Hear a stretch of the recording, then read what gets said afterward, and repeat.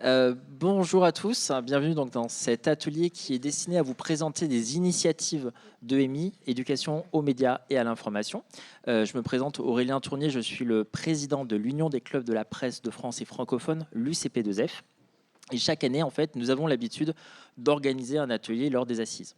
Cette année, donc, on a décidé de mettre en lumière ces initiatives portées par des clubs de la presse.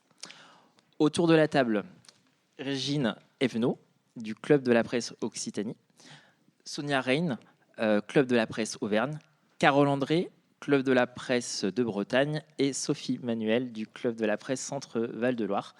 Voilà, donc ces différents intervenants vont vous présenter un peu leurs initiatives, et puis à chaque fois, il y aura bien sûr un temps de questions, donc n'hésitez pas à prendre la parole et à poser toutes vos questions. Régine, c'est parti. Je vais commencer par un petit peu de com'. On vient de réaliser une vidéo sur le Club de la presse Occitanie. Donc on vient à deux en fait, de Montpellier, pour vous présenter donc ce qu'on fait en matière d'éducation aux médias. Et juste pour vous situer l'Occitanie, parce que c'est grand l'Occitanie, donc je vais vous montrer une petite vidéo. Bon, voilà, vous saurez que je viens de Montpellier. Alors j'ai fait quelques slides pour juste introduire le sujet, mais peut-être, juste pour revenir sur les clubs de la presse. Donc effectivement, ce sont des organismes, enfin nous, en tout cas au Club de la presse Occitanie, on réunit à la fois des journalistes et des professionnels de la com dans une optique de fédération et aussi d'aide au développement de ce métier de journaliste. La particularité du Club de la presse Occitanie, je crois, j'étais pas là, mais ça a été créé en 1984, donc c'est un des plus anciens. Je crois que c'est un gros club en termes de structure. On a 4 permanents qui travaillent en plus des bénévoles. Le travail du Club de la presse repose essentiellement sur les bénévoles, journalistes et donc communicants. Et aujourd'hui, évidemment, le focus est sur une des activités du club qu'on a appelé Esprit critique avec un K, parce qu'il y a beaucoup été question aujourd'hui d'esprit critique, mais là, nous, c'est notre formule, ou nos séances, je dirais, d'éducation aux médias que l'on développe sous ce nom-là. Et donc, Esprit critique avec un K a été créé il y a longtemps, juste après, effectivement, l'attentat contre Charlie Hebdo.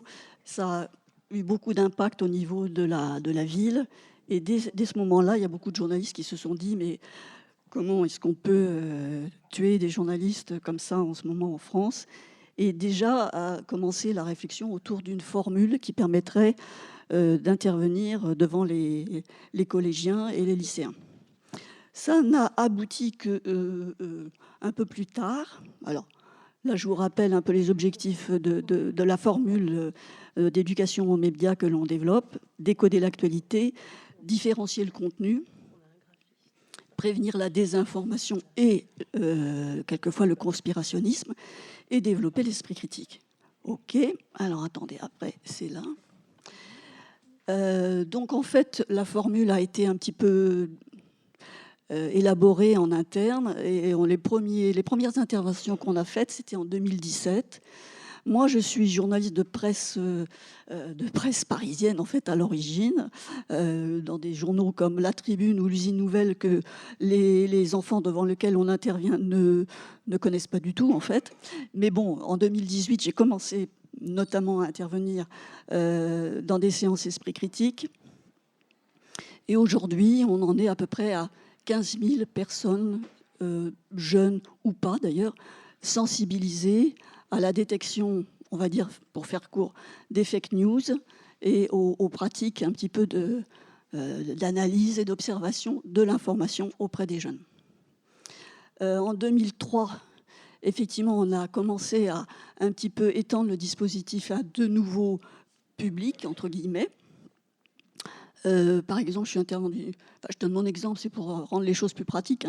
On est intervenu dans des médiathèques, dans des prisons également, devant des jeunes en SNU. À partir de 2024, on a aussi un petit peu réfléchi à l'implication, à l'impact de l'IA sur l'information donnée aux jeunes. Et puis, on a encore été plus loin l'année dernière en testant, en mettant sur pied Esprit Critique actif auprès donc de salariés dans les entreprises. Et cette année, il y a un chantier auprès de bénévoles sur, effectivement, je pense qu'on va en parler pas mal, sur un nouveau jeu. Voilà. Qu'est-ce que c'est? Voilà, ok. Comment ça se passe? Enfin, on va laisser la place, bien sûr, à vos questions, mais c'est juste pour vous dire un petit peu concrètement comment se passent nos séances Esprit Critique. Donc, dans notre cas, je ne sais pas si c'est le cas chez vous, c'est un binôme, c'est à la fois un journaliste, enfin, ce sont deux professionnels qui interviennent en classe. Excusez-moi, je vais prendre un coup d'eau tout à l'heure. Un journaliste et un communicant. L'avantage, c'est que ça permet aussi de différencier bien les deux métiers, la communication et l'information. Ce sont des séances effectivement de 2 heures ou 4 heures, ça dépend. On peut s'adapter effectivement, merci, à la demande des professeurs, avec une pédagogie que je qualifierais d'active, enfin qu'on va encore développer, c'est-à-dire qu'on fait bouger les élèves, en fait, on les fait se prononcer sur un certain nombre de phrases chocs. Après, il y a une évaluation des élèves. Par les élèves, pardon. On s'en va à la fin de la session et les élèves disent ça nous a plu, est-ce que ça correspond à des thématiques que l'on rencontre, etc. Et ils peuvent repartir ou non, parce que ça, évidemment, on ne les force pas, avec un guide que je vais vous montrer. Je ne l'ai pas amené avec moi parce que c'était un peu lourd. Je vous le montrerai après. Là, c'est juste pour vous donner un exemple de slide que l'on diffuse. Quand je dis qu'on fait intervenir les jeunes, c'est devant des phrases choc. Par exemple, au début, on donnait comme phrase choc les journalistes racontent n'importe quoi. Ou alors, je suis mieux informé que mes parents. Et donc, ils devaient se lever et puis, en fonction de leur position sur ces phrases-là, s'établir sur ce qu'on appelle ou à droite ou à gauche, en fonction du fait qu'ils étaient d'accord ou pas, ou alors sur la rivière du doute, qui est donc une rivière ou un trait tracé au milieu sur lequel ils peuvent évidemment attester de leur doute. Donc les phrases choc ont un petit peu évolué. Là, en ce moment, on interroge plutôt les jeunes sur le thème est-ce qu'un influenceur, selon vous, est plus crédible qu'un journaliste? Donc on a des réponses qui sont quelquefois pas très très favorables aux journalistes. Et puis on a testé l'autre jour avec l'IA, on peut suivre l'actualité sans se tromper. Bon, évidemment, ça c'est fait pour faire réagir. Hein. C'est pas pour. Après, il y a tout un débat qui s'instaure avec les jeunes. On a fait évoluer aussi nos interventions l'année dernière en incluant beaucoup plus d'exemples sur l'IA, évidemment, hein, et sur les influenceurs aussi, ou les producteurs de contenu, puisque ce sont plutôt ce type de sources-là que consultent les jeunes. Et puis, on donne aussi des exemples parce que la propagande évolue avec...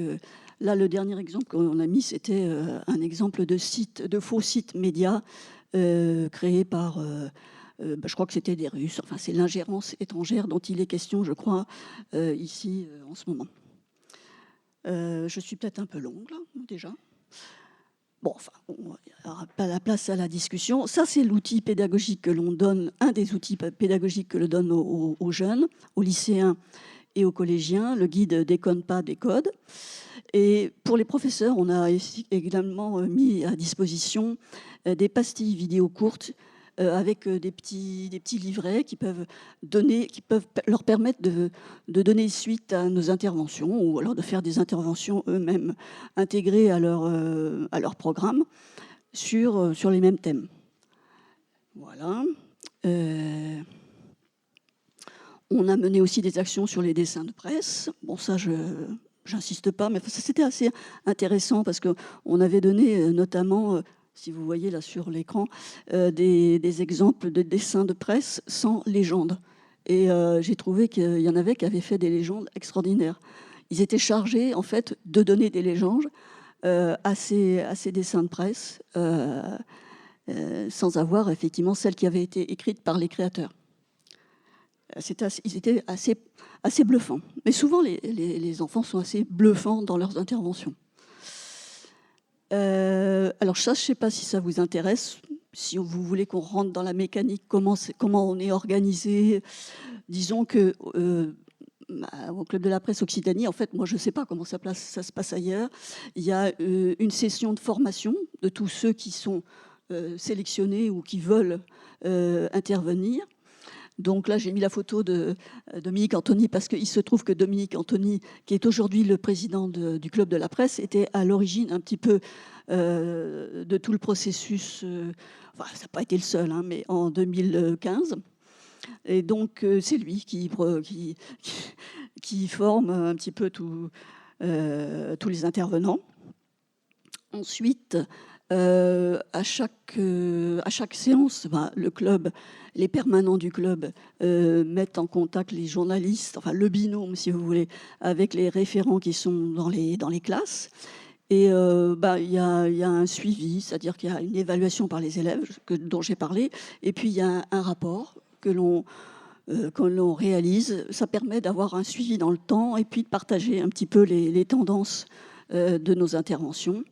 Et enfin, bon, évidemment, on anime un peu le réseau avec un copil, enfin 3 copils, comité de pilotage par année, et puis un petit groupe WhatsApp d'ailleurs, qui nous permet de nous tenir au courant des dernières tendances en matière de fake news, qui peuvent nous permettre de mettre à jour les slides que l'on projette devant les élèves. Voilà, à la limite, ça, je vais mettre ça plutôt dans la partie débat, parce qu'il y a des nouveaux défis, effectivement, aujourd'hui, qui sont adressés à ceux qui interviennent en éducation aux médias. Et je pense que ce sera tout. Je vais vous laisser poser des questions. Peut-être on peut prendre toutes les questions à la fin et faire... c'est peut-être plus pertinent. D'accord, ça marche. Du coup, Carole. Ah, ok. Nous passons la parole à la Bretagne. Bonjour. Moi, je suis Carole André, je suis journaliste bénévole au Club de la Presse de Bretagne. Je suis la co-référente de la commission éducation aux médias et à l'information du Club de la Presse. Alors nous, on fonctionne un petit peu différent. Enfin, il y a des similitudes et des différences avec ce qui se fait en Occitanie. Le club a commencé également en 2015 à faire de l'éducation aux médias suite aux attentats de Charlie Hebdo. Et parce que c'est vraiment à partir de ce moment-là que ça a vraiment décollé, même si ça existe avant, hein, avec le Clémy qui faisait déjà beaucoup de choses avant cette période. Donc au départ, on s'est beaucoup inspiré de ce que faisait l'Occitanie. On a même été formé à leur module Esprit critique. On commandait aussi leur petit guide. Leur petit guide qu'on donne dans les classes. Déconne pas, décode. Voilà, déconne pas, décode.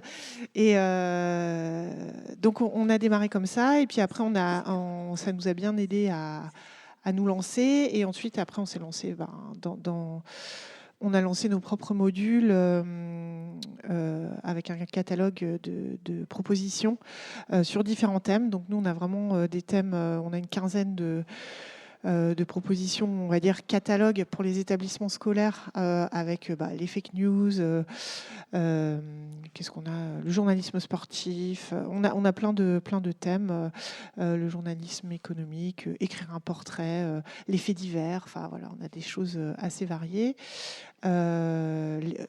trouver les sources, enfin des choses variées, assez classiques. Ça, c'est pour ce qu'on appelle, sur les interventions courtes, c'est-à-dire celles qui étaient jusqu'à présent financées par le Pass Culture. Donc le Pass Culture qui je dis était parce que là il est réduit à peau de chagrin, mais un dispositif du gouvernement pour permettre aux établissements scolaires de financer des actions d'éducation culturelle. Donc ça pouvait être de l'éducation aux médias, mais aussi du théâtre, de la musique, voilà, dans les établissements. Bon, ça a été gelé l'année dernière. Et puis on fait également des interventions longues, des résidences de journalisme.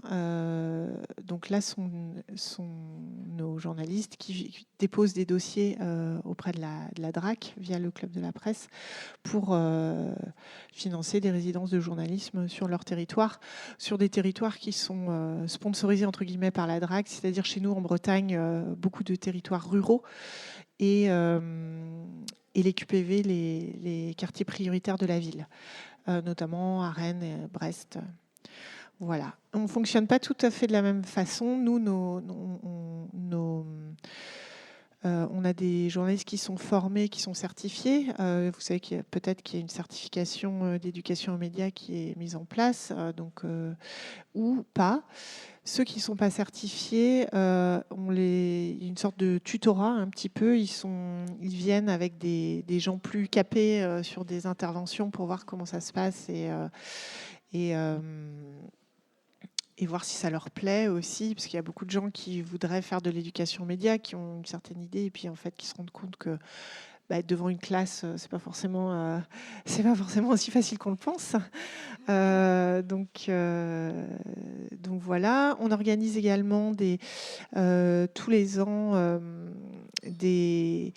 des ateliers au sein du Club de la Presse où on va mettre donc c'est une journée où on met en place des ateliers pour s'auto-former, ou se former entre nous sur l'année dernière c'était beaucoup orienté sur l'IA bien sûr, mais aussi sur comment animer un atelier, des techniques d'éducation populaire pour intéresser les personnes, parce qu'on intervient principalement dans les établissements scolaires, mais pas que, comme disait ma collègue, les médiathèques, les prisons, c'est très varié.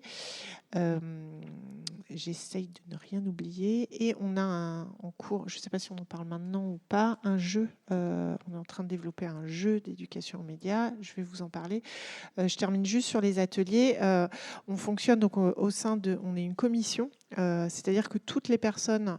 nous, notre Club de la Presse, qui est le plus vieux club de la presse de France. On a fêté les 50 ans l'année dernière, donc créé en 1974.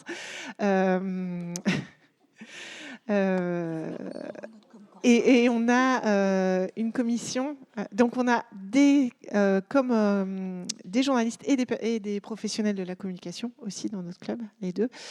Et dans notre commission, donc on a les deux, journalistes ou professionnels de la communication. On a quelqu'un qui anime on est deux personnes là actuellement, mais ça tourne, qui anime la commission. On a une adresse mail spécialisée, on transmet les infos, on anime un petit peu le réseau bénévolement. Jusqu'à il y a 6 mois, on avait 2 salariés au Club de la Presse, on n'a plus personne. Au vu de la situation financière des associations et la baisse du pass culture également, l'arrêt du pass culture sur lequel on avait beaucoup de demandes, donc de revenus qui permettaient d'avoir des salariés, ce qui n'est plus le cas. Donc voilà, donc on a repris un petit peu en bénévole une partie des activités que faisaient les salariés. Autant vous dire qu'on fait beaucoup moins de choses depuis qu'elles ne sont plus là. L'idée, c'est aussi que le réseau s'auto-anime et que les journalistes qui sont intéressés par l'éducation aux médias prennent en main des actions, ce qui est le cas. Et voilà. Et donc, on a un de nos adhérents qui a lancé l'idée il y a 2 ans. Ça prend du temps, ça prend beaucoup plus de temps que ça ne devrait, mais bon, bref. De faire un jeu, un serious game, comme on dit, hein, un jeu de plateau qui s'appelle l'affaire Dupont de Licoris, qui est inspiré d'une célèbre affaire, d'un célèbre fait divers sur lequel je ne m'étendrai pas, mais dont le but est vraiment de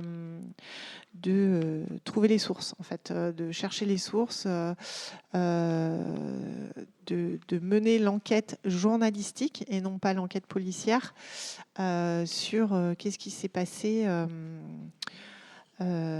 dans cette maison. Alors, moi est-ce que tu peux mettre ouais, la présentation. Surtout, bon, les photos, là, c'est vraiment, je vous ai amené le dossier de présentation, genre qu'on envoie aux médiathèques et tout ça. C'est laquelle? Dossier de présentation, ça s'appelle. Ah, moi, je n'en ai qu'un. Ouais. Voilà, donc là c'est un jeu de cartes en fait, hein, un jeu. Donc là c'est les prototypes. Donc on travaille avec une graphiste, une illustratrice. Donc ce qui a pris beaucoup de temps, c'est de sélectionner aussi les personnes avec qui on a travaillé, de faire des dossiers de financement aussi pour payer les personnes qui vont travailler dessus. Beaucoup de temps de recherche de financement et pour pouvoir lancer. Donc là, on a normalement notre prototype. Alors, on a un premier prototype qui a été fait, mais là, on a un prototype final, on va dire, qui arrive en juin, normalement, on espère.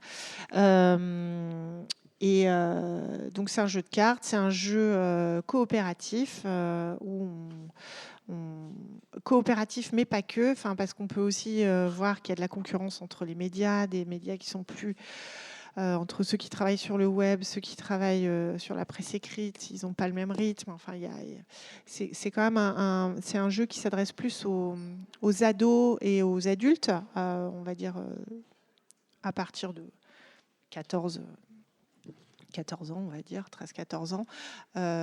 C'est un peu trop évolué c'est un peu trop compliqué pour les tout petits, quoi. Pour les collégiens, tout ça, c'est un peu... c'est un petit peu...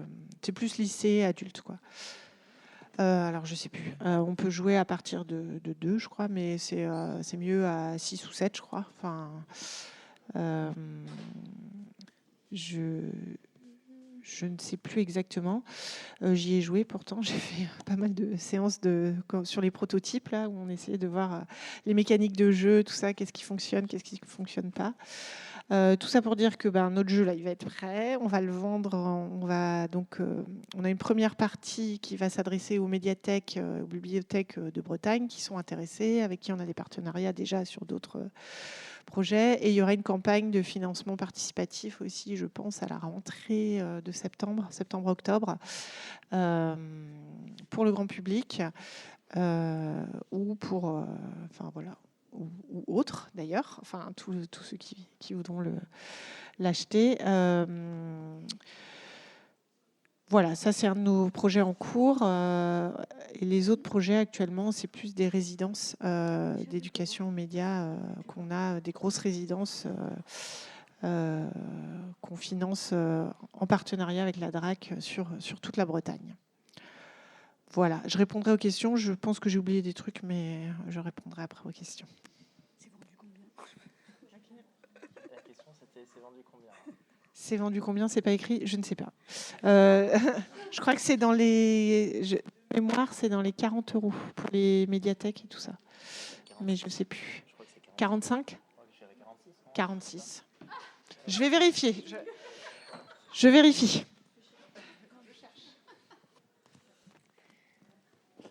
Merci Carole. Sonia, l'Auvergne. Merci. Qu'est-ce qu'elle fait, l'Auvergne ? Alors, donc moi je suis Sonia Rennes, je viens de Clermont-Ferrand, au pied du Puy-de-Dôme, en Auvergne. Le club de la presse d'Auvergne, il existe depuis 88, déjà c'est pas mal. Ce qui est bien, c'est que là vous avez un panel des clubs de la presse, un panel assez varié. En fait, les clubs de la presse, ce sont des entités super calqués sur les territoires dans lesquels ils se situent. Donc Occitanie, c'est vrai que c'est un très gros club, très grand, qui fait une grande... Nantes, c'est le plus ancien. À pas Nantes, Rennes. Je pensais à Nantes parce que je voulais vous dire que Nantes, ils n'acceptent que les journalistes. Voilà. En fait, les clubs de la presse, ils ont des caractéristiques en fonction des territoires sur lesquels ils sont. Et oui, je pensais à Nantes parce que eux, ils n'acceptent pas les communicants, par exemple. Et à Clermont-Ferrand, on est environ 250 adhérents. On est sur les 4 département de l'Auvergne administrative et nos adhérents, c'est 1/3 de journalistes et 2/3 de communicants. Donc nous, on accepte les communicants. En revanche, on a fait le choix de fonctionner sans subvention, ce qui fait qu'on a effectivement du coup un modèle un peu résilient, c'est-à-dire que quoi qu'il arrive, on autofinance notre petit train de vie. On a une salariée à mi-temps et puis après on a parfois des services civiques, des stagiaires, enfin voilà, des gens qui nous soutiennent. Heureusement qu'on peut compter sur eux. Et en fait, quand on demande des subventions, souvent c'est des subventions pour un événement précis. En l'occurrence, c'est parfois pour de l'éducation média. Et on publie un annuaire tous les ans, un annuaire du Club de la Presse. Et l'annuaire, il s'autofinance avec la publicité qui est vendue dedans. Voilà. Alors, l'activité éducation média en Auvergne, elle est très ancienne, puisque moi, je suis adhérente depuis 2002. Et dès ma première adhésion, j'ai participé en fait à la semaine de la presse à l'école. Ça existait déjà, c'était organisé par le Clémy. Et le Club de la Presse Auvergne envoyait des journalistes dans les collèges et dans les lycées déjà à l'époque, pendant cette semaine-là. Et je pense que historiquement, c'était lié beaucoup au fait que certains de nos adhérents venaient de la Fondation Varenne. La Fondation Varenne, c'est une émanation du journal La Montagne, qui avait pour objet aussi de faire de l'éducation média. Donc il y avait une espèce de filiation naturelle, ce qui fait que c'était une habitude de nos adhérents de faire de l'éducation média quand ce n'était pas encore un sujet, en fait. On en fait depuis très longtemps. On a fait le choix, nous, de ne pas financer... En fait, c'est des choix politiques, l'éducation aux médias aussi. Donc, nous, on a fait le choix de ne pas envoyer nos journalistes faire de l'éducation aux médias et de ne pas rémunérer ou de ne pas récupérer l'argent de l'éducation aux médias, parce que c'est aussi une source de financement et c'est une source de revenus pour les journalistes. Donc, nous, on a fait le choix de leur laisser cette source de revenus et qu'ils soient autonomes là-dessus. En revanche, ce qu'on fait, c'est qu'on demande des subventions pour faire de la formation. L'an dernier, on a organisé 5 après-midi de formation pour nos adhérents. Et il y en avait une qui était consacrée à comment organiser une session d'éducation média. Il y en avait une aussi, comment utiliser les jeux dans l'éducation média.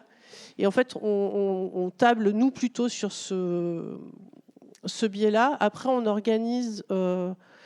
en éducation média, qu'est-ce qu'on a ? On a été partenaire dès les premières résidences en Auvergne. On a été associé. La DRAC nous a contactés pour qu'on soit associé, non pas pour organiser les résidences ou pour envoyer des journalistes chez nous, mais pour sélectionner, pour faire partie du comité de sélection des gens qui vont être en résidence en Auvergne. Qu'est-ce que je peux vous dire d'autre sur l'éducation média ? On fait beaucoup de conférences, débats qui sont grand public, et en fait, quand on ouvre, l'éducation aux médias, ça ne concerne pas que les écoles et ça ne concerne pas que les enfants. L'éducation aux médias, ça concerne toute la population. Et donc, quand on fait des activités grand public, c'est aussi de l'éducation aux médias. Quand on permet aux gens, au grand public, de rencontrer des journalistes, de leur poser des questions, de parler avec eux, ça participe de l'éducation aux médias. On a organisé, alors en 2021, on a organisé un Média Social Club, c'est-à-dire que pendant 3 jours, on a organisé un festival de l'éducation aux médias qui a permis à tous les médias locaux de se rencontrer pendant 3 jours et d'organiser des ateliers. Alors il y en avait au marché Saint-Pierre, il y avait vraiment un peu dans toute la ville pendant 3 jours.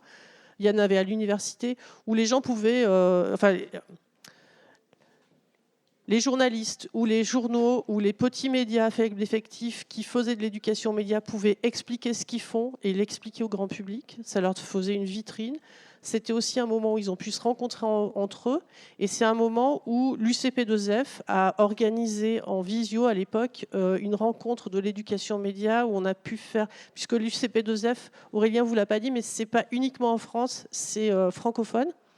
Donc là, on avait fait... on a fait du partage d'expériences d'éducation média entre 5 clubs de la presse français et un en Belgique.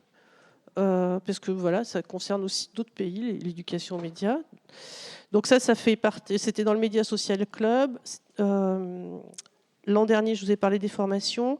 On a notre ancien président qui a créé et édité avec une de nos adhérentes, Julie Lardon, un jeu d'éducation média qui s'appelle 48 heures à la rédac, qui marche bien, qui est édité par les éditions de La Poule qui pond et qui s'adresse à un public plus jeune que celui dont tu parlais. Et dans nos dernières activités éducation média, on a fait le choix. Donc notre annuaire, il existe, il est publié depuis très longtemps. C'est un événement annuel et il recense tous les journalistes et tous les communicants, donc tous nos adhérents. Depuis 2 ans, on a ouvert une rubrique qui est une rubrique Éduc Média. Donc dans cet annuaire maintenant, on peut retrouver tous les acteurs de l'éducation média en Auvergne. Et donc ça, c'était important justement pour que les gens, quand ils ont, je sais pas, à la prison, à la maison de retraite, n'importe qui se dit je veux organiser un truc en éduc média, une activité ou un atelier, il peut chercher des partenaires là-dedans. Et c'était important parce qu'il n'y a pas beaucoup d'endroits où sont recensées les personnes qui sont capables de faire de l'éduc média. Le dernier événement d'éducation média qu'on organise, c'est un concours de dessin qui s'adresse aux collégiens. Je crois que c'est que les collégiens. Ouais. Et donc, les collégiens participent à un concours de dessin sur la liberté de la presse. Le club se réunit, il y a un petit jury, on décide, et le dessin qui a gagné, donc il y a un petit palmarès. Le dessin qui gagne le concours, toute sa classe gagne une demi-journée de rencontres et de travail avec un dessinateur de presse. Qui nous est envoyé parfois, c'est un de nos adhérents qui est aussi adhérent à Cartoon for Peace. Voilà. Est-ce que je suis en train d'oublier autre chose? Non, je pense que c'est bon. Et donc, la dernière chose dont je voulais parler, c'était ce qui a échoué jusqu'à présent chez nous, c'est que ça fait 2 ans qu'on essaie qu'on se dit on va faire un escape game. Et là, on patine dans la semoule. Je vous avoue que ça fait 2 ans qu'on se dit bon, on va le faire et puis que ça n'avance pas. Mais je pense que ça, le jour où on arrivera à le produire, ce sera quelque chose qui sera intéressant pour l'éducation aux médias. Mais pour l'instant, on est un peu dans les choux là-dessus.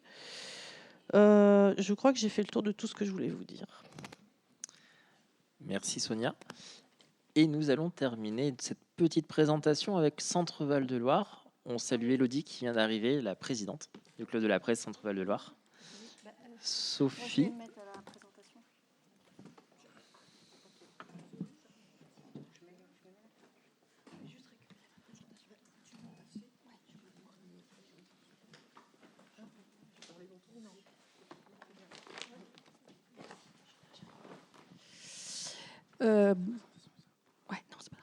Bonjour. Donc là, nous, on est du Club de la Presse, Centre Val de Loire. Donc on est bénévole, journaliste indépendante bénévole. On n'est pas des voilà. Et c'est un peu, c'est pas tout différent ce qu'on présente. Pour le Club de la Presse, c'est un réseau d'acteurs en fait qu'on a créé au Club de la Presse Centre Val de Loire, c'est-à-dire quelque chose qui s'est comment tu fais pour passer le truc après toi? J'ai pas de Mac. Et Émicentre, c'est un réseau qui regroupe en fait les intervenants sur le territoire du Centre Val de Loire en éducation aux médias. C'est quelque chose qui s'est construit. D'accord. Collectivement, on a des rencontres annuelles. En fait, il y a eu trois rencontres annuelles et petit à petit, c'est la demande. C'est un événement, les rencontres annuelles, c'est un événement qui est sur 2 jours où tous les acteurs de l'EMI sont invités à venir et on construit ensemble. Et la demande, c'était plus d'aller vers ça, c'est-à-dire un club. En fait, essayer de se retrouver ensemble, référencer les gens qui interviennent dans l'EMI. C'était un peu la demande. Aussi bien pour travailler ensemble, mais aussi bien pour l'identification sur le territoire qui est acteur de l'EMI. Donc là, c'est des journées qu'on organise aussi bien avec le Clémy et aussi la DRAC en partie.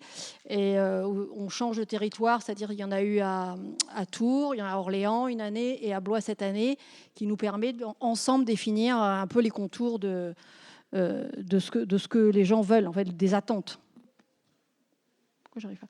Et donc on a, en fait, à partir de ça, il y a une charte qui a été créée ensemble, en fait, collectivement, hein, qui a été fait suite à ces 3 années de réunions. Petit à petit, voilà, c'était la demande et puis ça aboutit. Et donc cette année, enfin en novembre dernier, a été définie une charte qui définit un peu les règles du réseau, c'est-à-dire que pour les gens qui ont envie d'être dans ce réseau, un peu ce qu'ils doivent connaître, enfin l'idéologie, la philosophie, entre autres, on en a parlé tout à l'heure, mais d'être formé, parce que l'EMI, enfin c'est important pour le Club de la Presse, qui travaille beaucoup avec le PJT et qui fait aussi la certification EMI, pour que vraiment on n'intervienne pas dans les classes ou auprès des intervenants comme ça, mais qu'on ait un cadre. Donc ça c'est important, avec donc différentes règles, elles sont affichées, hein, qu'on a un peu dit ensemble, mais aussi sur le site du Club de la Presse, une liste des acteurs, ce qui permet ceux qui ont signé la charte d'être identifiés et d'être sur le site web du Club de la Presse.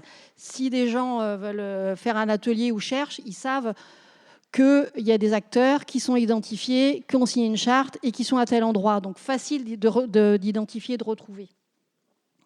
Donc ça, c'est important aussi visuellement. Bon, alors, c'est encore nouveau, hein, on l'a signé en novembre, ça se met en place. Donc l'objectif, il est double, hein, de structurer les actions dans la région centre et aussi de mutualiser les compétences, c'est-à-dire aussi que les intervenants se connaissent et apprennent aussi les choses ensemble, mais aussi et que les structures sachent qu'il y a des intervenants professionnels identifiés et formés. Voilà, il y a 2 objectifs. Et donc on est toujours, c'est quelque chose, il y a une ouverture, c'est pas un club fermé. Tous les gens les adhérents, les acteurs EMI qui ont envie de rejoindre ce club peuvent à tout moment s'investir en allant sur le site et rejoindre le club. Hein. Donc c'est une partie du Club de la Presse, c'est-à-dire effectivement il y a des communicants, il y a des journalistes et il y a un pôle EMI où on peut le rejoindre à tout moment. Donc il y a un côté d'ouverture. C'est important. Et donc, tout ça, c'est fait avec des partenaires, comme je vous ai dit tout à l'heure. Donc, il y a important ici. Donc, le Club de la Presse travaille donc avec le PJT, qui est l'école de journalisme de Tours, la DRAC, qui nous aide et qui finance aussi les journées EMI. Hein, c'est financé par la DRAC. Et le support, le CLEMI, qui vient en support pour la partie scolaire. Mais il n'y a pas que la partie scolaire en EMI, loin de là, puisqu'il y a plein d'autres territoires. Voilà un peu ce que le club a créé. Donc, c'est un pôle EMI Centre. Est-ce que tu as... Donc, Élodie, la présidente, est-ce que tu as des choses à rajouter? Oui, effectivement. En fait, on avait créé, nous, notre petit pôle EMI au sein du club. Et on s'est bien rendu compte que très vite, ça ne suffisait pas. C'était surtout dédié aux journalistes qui faisaient de l'EMI, avec l'idée de les accompagner, bon an, mal an, avec les moyens qu'on avait. Et c'est vrai que les institutions, très vite, avec lesquelles on travaille de proximité, que sont le CLEMI et la DRAC, il y a eu cette volonté d'aller un peu au-delà du club et des adhérents du club, puisque les acteurs, ce ne sont pas que les journalistes, bibliothécaires, enseignants, chercheurs, institutions. C'est tout ça, les acteurs de l'EMI. Après, il y a les intervenants. Et nous, on a une région, alors je dis nous parce que je connais surtout notre région, où on a beaucoup de territoires ruraux, beaucoup de territoires écartés, les gens ne se connaissent pas et on a aussi de gros angles morts. On a cet axe ligérien, Orléans, Blois, Tours, plutôt bien lotis. Et on a l'Indre, le Cher et l'Eure-et-Loire, où les gens sont très esselés, travaillent beaucoup dans leur coin, bricolent, simplement parce qu'on ne les connaît pas, parce qu'on ne se connaît pas. Et qu'il y a beaucoup de radios associatives sur notre territoire qui font plein de choses, mais c'est juste qu'on ne savait pas qui fait quoi. Donc c'est un peu le who's who de l'EMI du centre Val-de-Loire. Et c'est en faisant, comme l'a très bien dit Sophie, ces journées qu'on s'est rendu compte de cette carence. Et c'est pour ça qu'on essaie de se déplacer dans la région quand on les propose, pour fédérer un maximum. Alors elle l'a précisé, hein, on est né tout doucement au mois de décembre. Donc nous ne sommes plus des embryons, mais encore un nourrisson. Et qu'il faut beaucoup communiquer. Et nous sommes tous bénévoles actifs.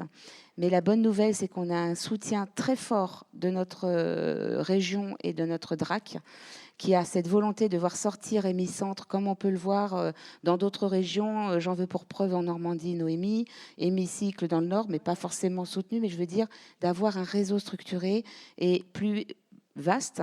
Pour l'instant, le club porte bon an mal an d'un point de vue purement technique et informatique, et puis parce qu'on est quand même moteur. On espère avoir les financements pour, un peu comme en Normandie ou dans les Hauts-de-France, avoir un peu plus de moyens pour avoir un site internet. On verra comment ça évolue. On a un copil la semaine prochaine pour voir quels fonds peuvent être dévoués à cette cause. Et en tout cas, voilà, ce qui est c'est un marqueur fort, en fait. Pourquoi cette charte? On l'avait constaté, hein, il y a beaucoup d'entrisme, mais je pense que ça n'aura échappé à personne, notamment des entreprises commerciales. Hein. On a repéré quand même des entreprises de marketing qui proposaient des journées d'ateliers à 6 000 € la journée.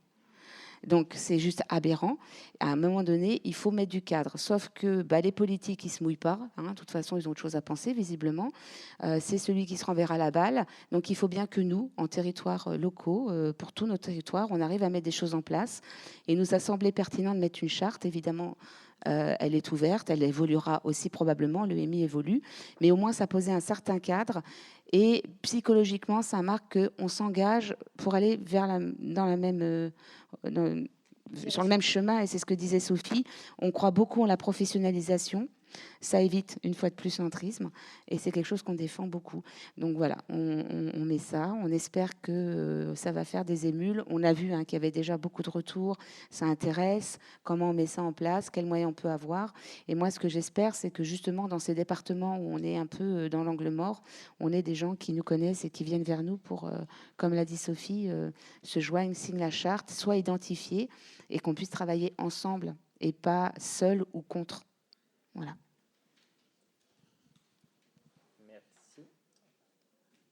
Merci Élodie.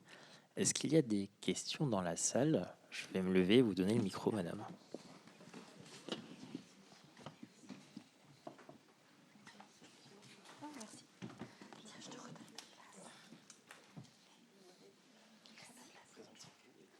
Oui, alors moi je suis professeure documentaliste. On est plusieurs dans la salle. Donc nous, l'EMI, ça nous intéresse évidemment. Donc c'est vrai que je découvre, parce que je ne connaissais pas, les clubs de la presse. Pourtant, je fais beaucoup de formations. Je suis attentivement ce que fait le CLEMI, ce que nous propose le CLEMI. Pour la semaine de la presse, on est très accompagnés par eux. Et donc voilà, donc, c'est formidable. Hein. C'est créé depuis décembre, si je comprends bien. Donc c'est aussi pour ça que, oui, c'est très récent. Que voilà, je découvre. Donc c'est super, c'est très enthousiasmant. Et alors moi, je vais poser une question un peu bête, mais j'arrive pas trop. J'aimerais que vous m'expliquiez cette notion de communicant, de journaliste, et vous accompagner d'une personne qui est dans la communication. Donc je voudrais savoir un peu ce que c'est. Voilà. Pas en EMI. En fait, petite histoire du club. Le club, il existe depuis 1989 et depuis toujours, il y a eu des communicants et des journalistes. Lorsque j'ai repris la présidence du club en fin 2022, le club était moribond, il fallait réfléchir. Et puis, il y a des choses qui n'allaient pas effectivement dans ce mélange. Donc, on a créé des pôles métiers, parce qu'il ne s'agissait pas non plus de renverser la table et de dire toi, tu as été adhérent, on ne veut plus de toi. Ça ne se fait pas. Donc, il y a le pôle communicant, le pôle journaliste, qui est l'ADN du club au départ, d'une rencontre de professionnels des médias et de la communication. Mais aujourd'hui, être un club de la presse et ne pas intégrer le prisme de l'éducation aux médias est pour moi juste un non-sens et un impensé.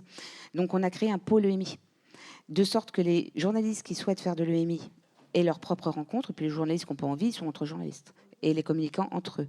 Donc on propose des événements pour chacun, parce que le club, c'est ça au départ. On fait aussi des rencontres réseau pour faire du réseau, et ce pôle EMI pour aller vers un réseau régional. Et c'est pour ça qu'après, l'idée, c'était de dire, il faut que ça aille plus loin qu'à l'échelle du club. Donc pour l'instant, le club, c'est un peu l'assaut neutre qui peut porter, mais peut-être que demain, EMI Centre deviendra plus indépendant. Là, c'est juste que comme on est en transition, il fallait bien qu'on puisse... ça ne pouvait pas être la DRAC ou le CLEMI ou le PJT qui allait porter EMI Centre. Le club était le plus approprié. Ce n'est pas une fin en soi. Donc c'est pour ça que les communicants ou les journalistes n'ont rien à voir. Après, on a des communicants qui se forment à l'EMI parce qu'ils ont été journalistes dans une autre vie ou parce qu'ils ont une véritable appétence et qu'ils se forment. C'est le cas de certains. Et ça, c'est OK, dès lors qu'ils ont une certification. Et surtout, c'est que nous, au club, on ne peut pas faire entrer d'autres personnes que des journalistes et des communicants. Or, l'EMI, ce n'est pas des journalistes. Ce n'est pas que des journalistes. Et là, ce qu'on veut, c'est justement les enseignants documentalistes, mais pas que. Quand je dis les enseignants, c'est bien sûr tous, les bibliothécaires et médiathécaires, les chercheurs qui travaillent sur le EMI, pour qu'on ait aussi, à EMI Centre, l'idée, c'est pas juste d'avoir des actions de EMI, c'est de pouvoir créer des événements autour de l'EMI, que seraient des conférences débats, des festivals ou autres. C'est-à-dire qu'il faut qu'on ait quand même un annuaire exhaustif. Voilà. Donc, c'est un petit peu une petite branche à part qui n'a rien à voir avec le fonctionnement du club. C'est juste que nous, on propose notre structure pour l'instant pour l'héberger. Je peux répondre aussi à votre question, mais avec une autre façon de procéder, en fait. Moi, j'interviens, par exemple, lundi dernier, je suis intervenue devant un lycée avec effectivement un communicant qui, en fait, explique aux élèves la différence notamment entre l'information et celui qui produit des contenus. Parce que lui, il est aussi président d'une association qui s'intéresse aux jeux et qui, en fait, il fait des conférences sur Twitch. Alors ça branche les gamins, ça, les conférences sur Twitch. Et il leur explique combien ils gagnent en faisant ces jeux, en indiquant voilà, quels sont les jeux intéressants. Donc, en fait, c'est inclus dans nos séances qu'on appelle esprit critique, pour faire court. C'est inclus, justement, en début de la séance, on se présente. On présente aussi la différence entre nos métiers, entre celui qui est chargé d'aller chercher l'information et de vérifier l'information à partir de faits recoupés, et celui qui fait la promotion de produits. Voilà. Donc c'est assez intéressant, moi je trouve. Enfin, c'est assez constructif. Alors, parce que justement, ça s'adresse à un public qui est en plein dans le marketing d'influence, tous les jours, sur les réseaux sociaux, mais en faisant bien la différence. Et j'avoue que c'est aussi, alors bon, je vais parler un peu cash, moi je viens de la presse écrite, encore une fois, les journaux dans lesquels j'écrivais en plus, bon, quand vous leur parlez du Midi Libre, les enfants, ok, ils connaissent, ou bon, TF1, BFM TV, CNews, oui, avec leurs parents, mais bon, la presse économique, la Tribune ou les Échos, voilà. Bon, c'est pas dans leur univers mental. Il faut quand même les accrocher à partir de ce qu'ils vivent et ce qu'ils regardent sur les réseaux sociaux. C'est ça le but. Et bon, donc d'une manière plus générale, les communicants, faut aussi, nous, au Club de la Presse, c'est ce que vous disiez, je crois, dans les adhérents, il y a 2/3 quand même de communicants et 1/3 de journalistes. Sauf que l'essentiel de l'activité, je dirais, l'ADN du club est beaucoup plus tourné vers la défense du journalisme, de la liberté de la presse, qui sont des questions importantes pour les professeurs que vous êtes. Oui, votre question, elle est super intéressante parce que justement, c'est éminemment politique, l'éducation aux médias. Et que c'est ce que je vous disais tout à l'heure, historiquement, les clubs de la presse, quand ils se sont créés, certains ont fait le choix de s'émanciper des communicants, d'autres ont fait le choix de travailler avec eux. Et on ne va pas se cacher derrière notre petit doigt. Il y a beaucoup de clubs de la presse qui assoient leur indépendance, enfin leur autonomie, leur financement sur les adhésions des communicants. Les communicants, en général, ils payent beaucoup plus cher pour être adhérents au club de la presse qu'un journaliste. Et effectivement, c'est très important, quand on fait de l'éducation aux médias, de bien rappeler qu'on utilise peut-être parfois les mêmes techniques, mais on ne travaille pas avec le même objectif. Et après, c'est très politique. Moi, je pense que c'est important que ce soit les journalistes qui fassent de l'éducation aux médias, mais je sais que c'est pas un discours. Enfin, c'est pas le discours. Voilà. Est-ce que c'est pas ce que disait? Non, t'es pas obligé. Non, la certification, t'es pas obligé d'être journaliste. Ah bon? Ok. Ok, je suis ça. Juste pour répondre, non, juste sur le fonctionnement ici, nous aussi, on est un club communicant et journaliste, et nous, on a fait, le choix a été fait dans le passé, je ne sais pas qui, de faire payer plus cher les communicants que les journalistes aussi. Par contre, nous, on a plus de journalistes que de communicants dans notre club. Mais il y a beaucoup de journalistes en Bretagne aussi. Enfin, la Bretagne, c'est la deuxième région après l'Île-de-France pour la population de journalistes. On a des grosses rédactions comme Ouest France et Le Télégramme et plein de radios associatives. Il y a énormément de journalistes. Vraiment, par rapport aux autres régions, on en a vraiment beaucoup plus. Donc, c'est aussi normal qu'on ait plus de journalistes dans nos adhérents.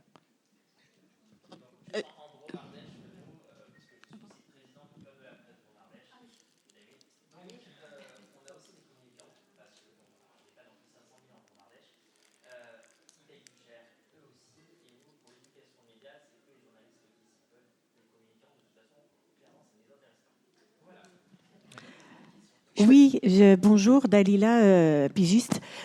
Puisque vous avez mis en place pour les journalistes des ateliers pour l'éducation aux médias, quelles sont les conditions pour en bénéficier et quelle est la démarche à faire pour intégrer ces ateliers? Pour les journalistes ? Oui. Quels journalistes peuvent faire des ateliers pour nous, c'est ça Non, oui. Ta question? Non, comment les journalistes peuvent suivre des ateliers dans des clubs de presse, des ateliers à suivre pour se renseigner, pour se former. Oui, pour se former. Nous, chez nous, c'est très simple. Nous, c'est adhésion. Il faut adhérer au club pour bénéficier des services du club. Il faut adhérer au club et ensuite tu peux rejoindre la commission éducation aux médias. Pour rejoindre la commission, on ne demande rien. Tout le monde a le droit de rejoindre la commission. Par contre, pour intervenir dans les établissements, il faut soit être certifié, soit avoir participé, avoir été sur des ateliers avec d'autres journalistes qui ont l'habitude, qui sont déjà comme un tutorat.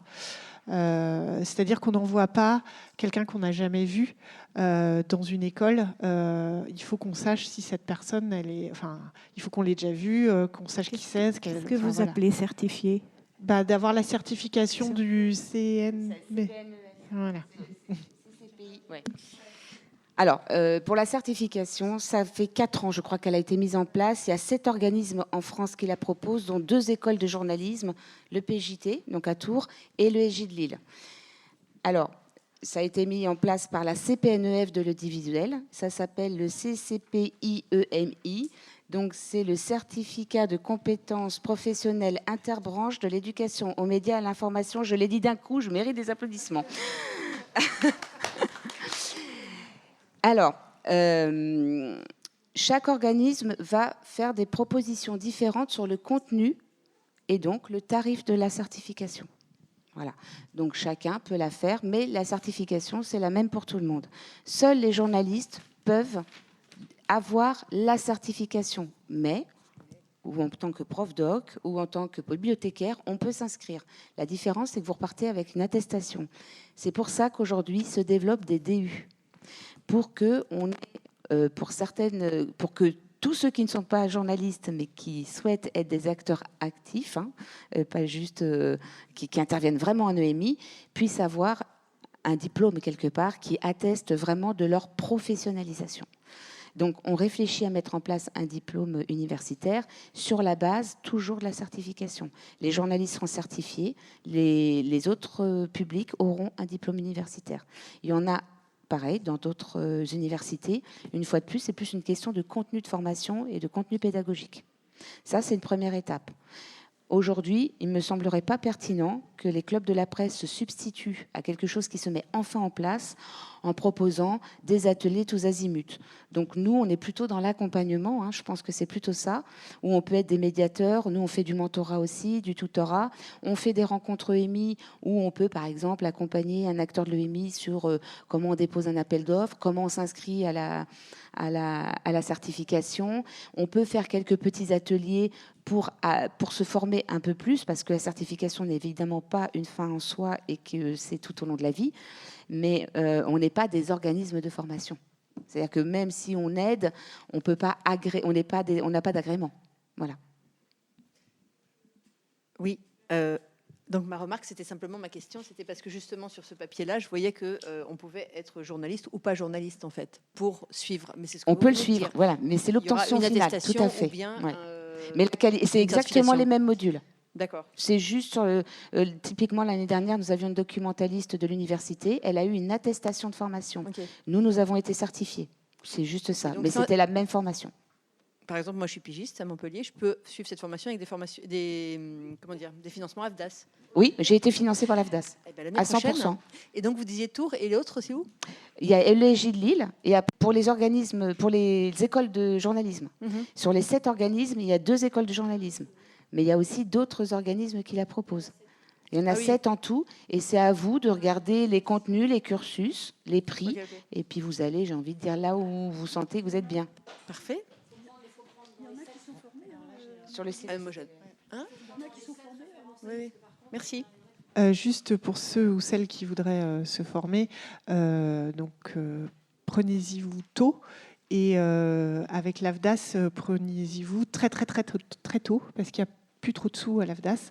Donc vraiment, ouais, il faut. Ouais, donc oui, mais quand même, justement, si c'est pour l'année prochaine, il faut vraiment s'y prendre dès maintenant, quoi. Voilà. Si je peux rajouter quelque chose, quand on vient d'assister à toutes les conférences qui ont eu lieu ici, enfin, il y a une vraie évolution de l'EMI vers effectivement il y a un engouement en tout cas, il y a une vraie tendance vers le grand public. Et il y a une tendance à la professionnalisation aussi, ou à la spécialisation au minimum. Nous, les journalistes qui interviennent, alors du côté de Montpellier, il y en a une vingtaine, mais qui sont là depuis très longtemps, et donc qui ont suivi d'abord une session d'acclimatation avec une équipe déjà aguerrie. Lundi dernier, effectivement, on avait une jeune journaliste médiatrice d'ailleurs, qui a suivi une première séance avec nous. Et en fait, je crois qu'il faut une formation permanente. Ce n'est pas uniquement une question de certification, c'est une question de formation permanente, parce qu'il n'y a pas que l'IA qui fonctionne et qui évolue très très vite.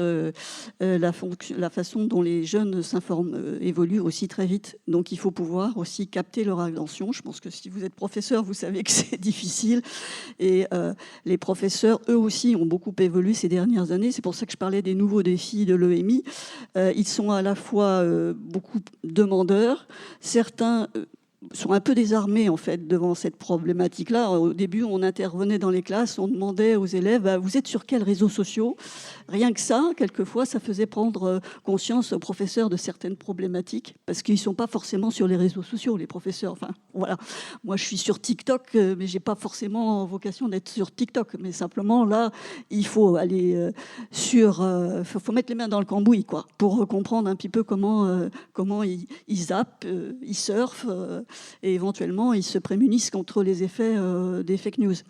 Donc, je ne sais plus ce que je voulais dire à la fin, mais c'était ça mon message. Formation continue. Et certification, effectivement. Je pense qu'en plus, les techniques d'éducation aux médias, on l'a vu avec l'exemple des jeux et la gamification, je pense qu'on va aller vers ça, c'est vraiment essentiel, parce que les enfants ont besoin vraiment de pratiquer, d'être dans des exercices. Et comment vous voulez les intéresser aux fake news alors qu'on ne peut pas utiliser vraiment le Wi-Fi ou les écrans. C'est difficile. Alors, je me présente, donc, puisqu'on me l'a demandé, je suis professeure documentaliste dans l'académie. Et je voulais abonder ce que disait ma collègue tout à l'heure et préciser que les professeurs documentalistes... j'ai bien entendu qu'ils pourraient passer une certification. Cependant, ils ont déjà un CAPES et ils enseignent l'éducation média et l'information depuis des décennies. Et ils se forment. La preuve, on est ici aujourd'hui. Ils se forment en formation continue. Ils se forment au contact des journalistes aussi. Ils sont en co-intervention dans des projets. Voilà. Donc, pour moi, c'est essentiel d'avoir un travail en partenariat. Et je ne voudrais pas qu'on oublie ces partenaires essentiels que sont les professeurs documentalistes sur le terrain. Moi, dans mon collège, on fait des formations en EMI sur toutes les classes, tous les niveaux, au moins une par an. parce que c'est notre politique et on travaille avec les radios locales, on travaille avec des partenaires, mais on possède une expertise et on la nourrit par la formation continue. Je vais me permettre de vous répondre. En fait, le travail que vous faites, il est très important et il est très efficace. Souvent, vous êtes la seule interface entre les collégiens ou les lycéens et les journaux. C'est-à-dire qu'effectivement, sans vous, ils ne liraient pas de journaux. Et donc, vous faites un travail super important. Et ce qu'il faut garder en tête, c'est que justement, l'éducation aux médias, c'est devenu aussi une source de revenus pour certains journalistes. C'est aussi une source de revenus maintenant pour certains organismes de formation. Donc, c'est pour ça que je dis que c'est éminemment politique. Et vous avez un rôle à jouer là-dessus de vigie aussi, qui est important. Après, moi, je profite de votre intervention pour rebondir. Je voudrais vous dire d'abord que depuis 2002, je disais, j'interviens en éduc média. Moi, depuis 2002, j'interviens dans des CDI. Je ne sais pas comment ça s'appelle en vrai, mais voilà. Je n'ai pas de certification, mais en fait, je ne suis jamais seule. Je suis toujours avec des gens comme vous, dont c'est le travail. Moi, je peux raconter mon travail, et vous, votre travail, c'est de faire cette médiation-là, et vous le faites super bien. Et c'est éminemment politique. Je voudrais qu'on en soit tous très conscients. C'est que l'éducation aux médias, en fait, moi, je trouve que les enfants et les adolescents, ils sont pas si... Souvent, ils sont moins manches, je vais dire, c'est pas très élégant, mais ils sont moins maladroits avec les médias et avec les réseaux sociaux que les adultes de mon âge. Et je pense que si, effectivement, on a un gros travail d'éducation aux médias à faire maintenant, c'est auprès des adultes, de leurs parents ou de leurs grands-parents, parce que les fake news, oui, effectivement, ce sont les adultes. Et donc, merci pour le travail que vous faites, et je vous dis, vous le faites très bien, et vous le faites depuis longtemps. Et moi, je suis pigiste pour travailler de temps en temps pour de la presse enfant. Je suis très consciente que le contact des jeunes gens avec la presse écrite, j'en crache, c'est vraiment chez vous. C'est pas dans les kiosques, ou souvent c'est pas chez eux, c'est à l'école, et c'est super. Juste pour abonder avant votre question, effectivement, la certification, ça ne veut pas dire qu'on intervient seul. C'est-à-dire qu'on s'est professionnalisé, soit qu'on a validé des acquis, soit qu'on apprend à en faire. Moi, j'interviens beaucoup en milieu scolaire, je n'interviens jamais avec un kit atelier. Je fais que de la co-construction avec les enseignants. Et quand on a ouvert EMI-Centre aux enseignants, c'est parce qu'on sait que l'EMI dans les établissements repose sur les profs doc. Sauf que quand on est avec 2000 élèves, qu'on est 2 profs doc et qu'on galère, il faut qu'aussi les autres enseignants puissent s'y mettre. Sauf qu'on sait que ce n'est pas dans la formation initiale et on se bat pour ça, et c'est éminemment politique, évidemment. L'EMI, c'est politique, il n'y a pas d'autre débat que celui-là. Et donc, les profs doc, moi, je travaille qu'avec des profs doc en établissement, je n'interviens jamais seule. Voilà. Après, chacun sa façon de fonctionner. Nous, ce n'est pas ce qu'on défend dans notre région. Je pense que on l'a suffisamment abordé, et que c'est pour ça qu'on a ouvert EMI Centre. C'était pour sortir du club et pouvoir accueillir ces publics-là. Et qu'on ne fait rien tout seul. On est bien d'accord, et qu'on a tous des compétences à mutualiser. Je ne suis pas enseignante, vous n'êtes pas journaliste. Par contre, on fait un bon combo gagnant. Merci. Y a-t-il d'autres questions ? Bon, si jamais vous êtes de Bordeaux ou de Nouvelle-Aquitaine, sachez que le Club de la Presse a sur son site internet mis en place également un guide qui répertorie tous les acteurs de l'EMI en Nouvelle-Aquitaine. Voilà, il est gratuit, il est téléchargeable. Madame, vous avez... Attendez.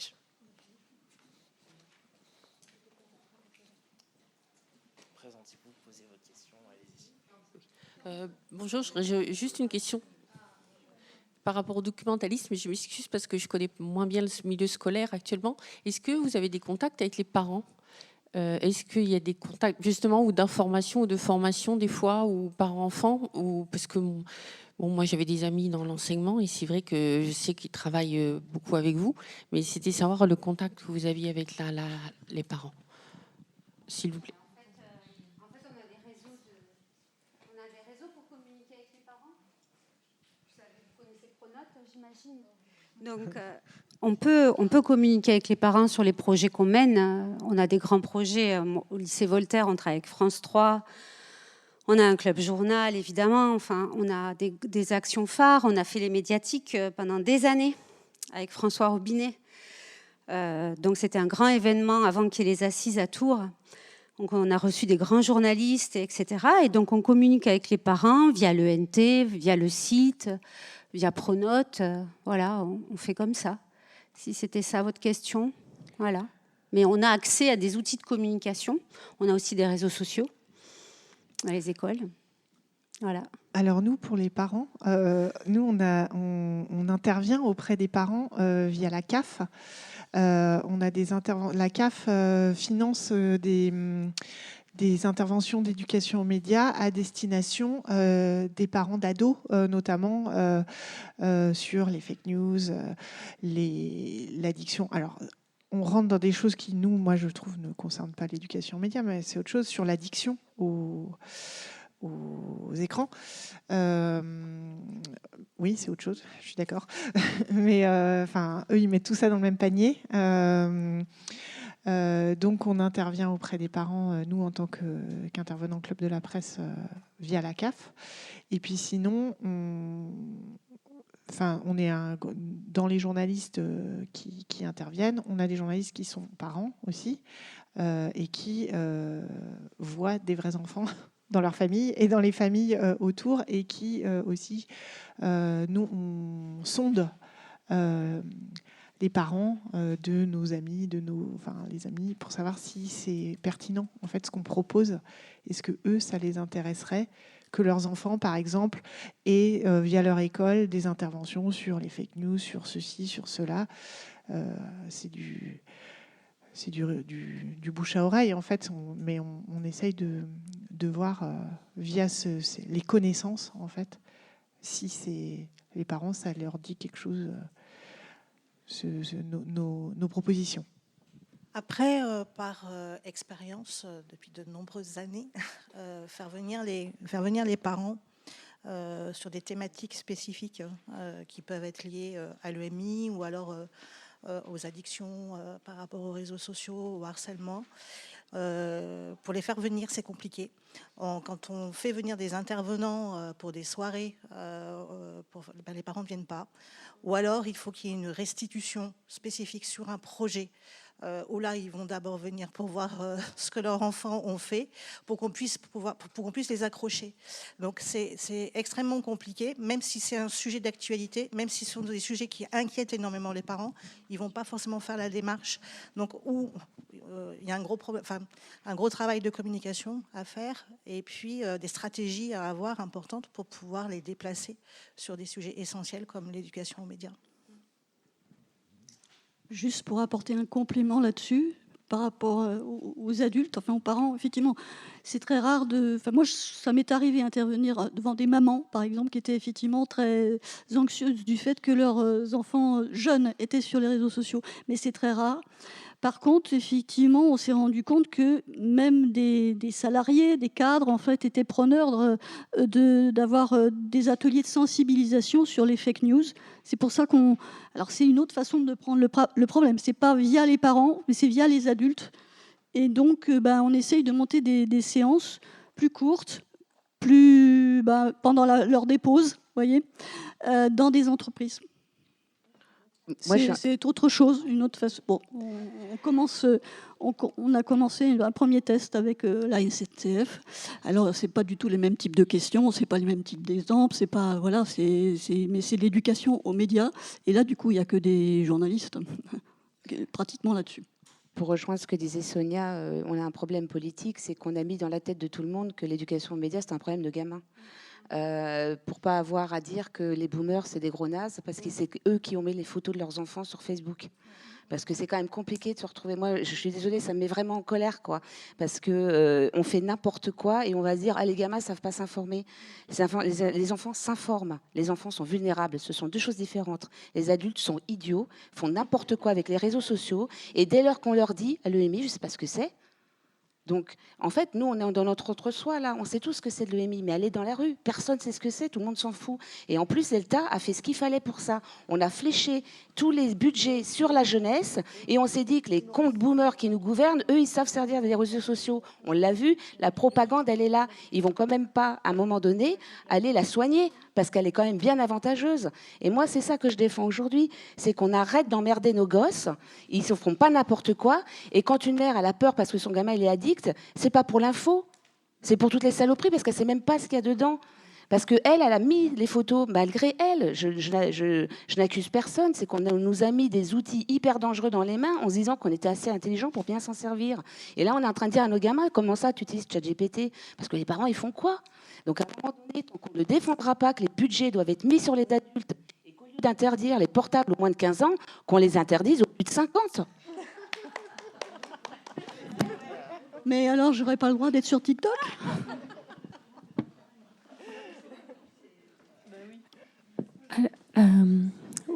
C'est bon? Oui, j'avais une question, mais comme j'étais pas là au début, peut-être vous y avez répondu, je sais pas. Je me demandais, les clubs de la presse, en fait, là on parle beaucoup de l'éducation aux médias, mais finalement, quelle est votre mission au-delà de ça? Est-ce qu'il y en a dans toute la France? Qui est-ce qui les finance? Alors, je ne sais pas si vous avez répondu au début. Auquel cas, alors, il y en a dans toute la France. Ils sont, ça dépend. Il y en a qui sont sur une ville. Il y a le club de la presse de Lyon. En fait, souvent, c'est un vrai reflet de l'écosystème médiatique d'un endroit. C'est-à-dire que, par exemple, Occitanie, c'est une grande région, et ils ont un club de la presse Occitanie qui couvre toute leur région.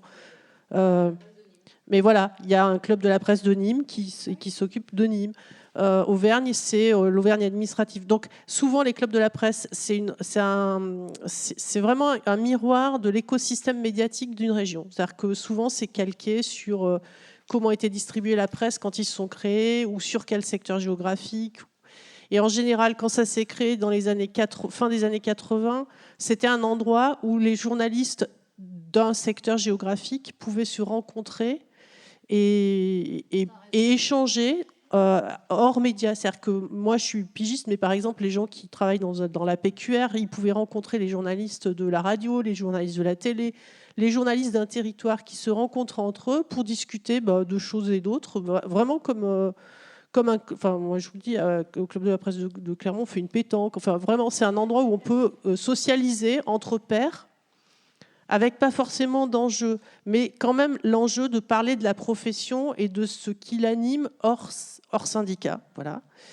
Et très vite, en fait, les communicants, ils ont eu envie de faire partie de ces clubs parce que les communicants, eux, ils ont des choses à dire aux journalistes et qu'ils ont besoin de réseauter.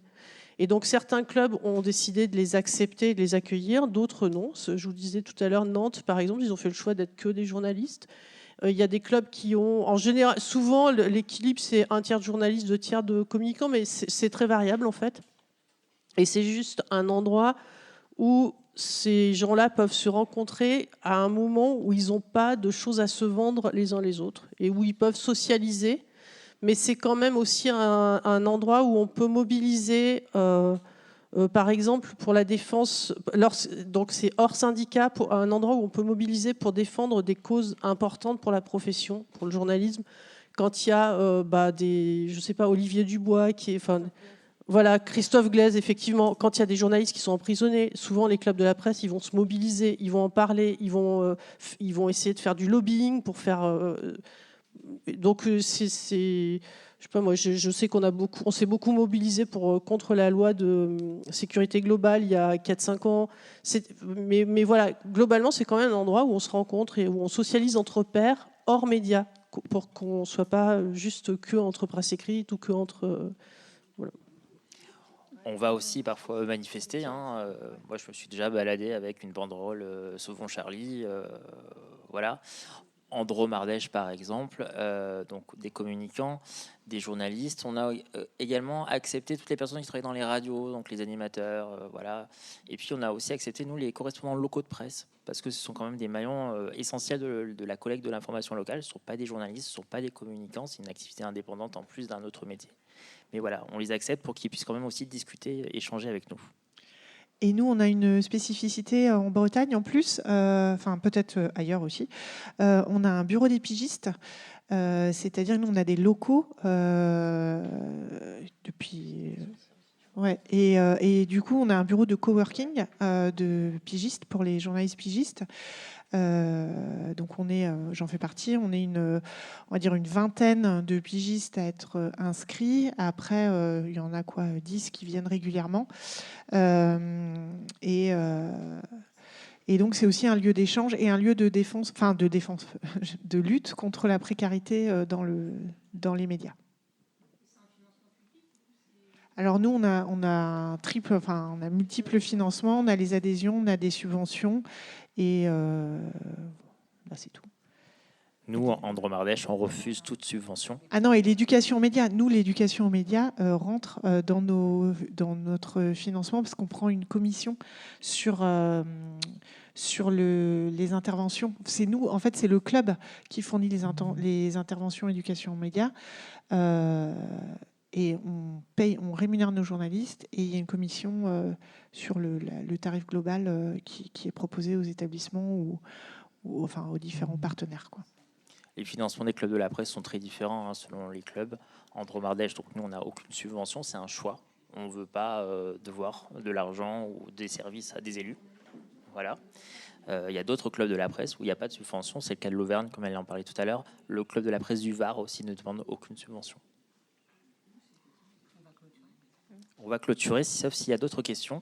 Nadia, c'est ça? Dalila, pardon. Juste ajouter sur les clubs de la presse, par exemple, au mois de janvier, je suis tombée sur une formation qui propose le club de presse de Strasbourg, une formation gratuite sur Génie, les lettres de Strasbourg, et je me suis inscrite, j'ai eu la newsletter le retour dans les bras. Oui. Non, il n'y a pas de question.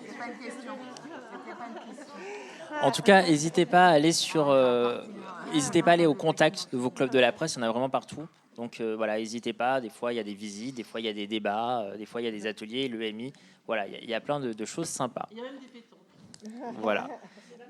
Merci beaucoup, en tout cas. Et merci à nos intervenantes.